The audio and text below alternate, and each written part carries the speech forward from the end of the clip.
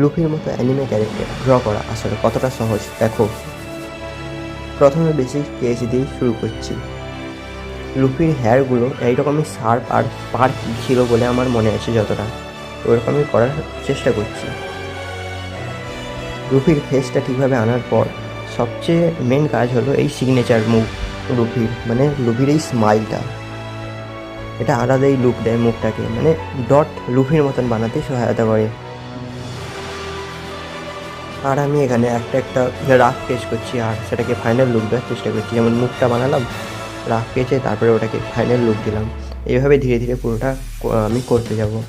মাঝখানে অবশ্য আমি বোর হয়ে গেছিলাম, তো ওয়াটার ব্রেকও নিয়েছিলাম কিছুক্ষণের জন্য, সো ওটাও আপনাদের দেখালাম। এটা করা অনেকটাই সময় সাপেক্ষ ছিল, পুরোটাই শর্ট ভিডিওতে তো এই তাড়াতাড়ি করে দেখানো হয়েছে। তো পুরোটা আমি বানানোর পরে পারফেক্টলি বানানোর পরে পেন দিয়ে আমি হাইলাইট করি। পেন দিয়ে হাইলাইট করার পরে এটার লুকটাই পুরো চেঞ্জ হয়ে গেছিলো, আমাদের একটা ফিলিং আসছিলো। তো মাঙ্কি দ্য লুফি আমাদের পুরো কমপ্লিট। ভিডিওটা ভালো লাগলে একটা লাইকের মাধ্যমে আমাদের সাপোর্ট করুন।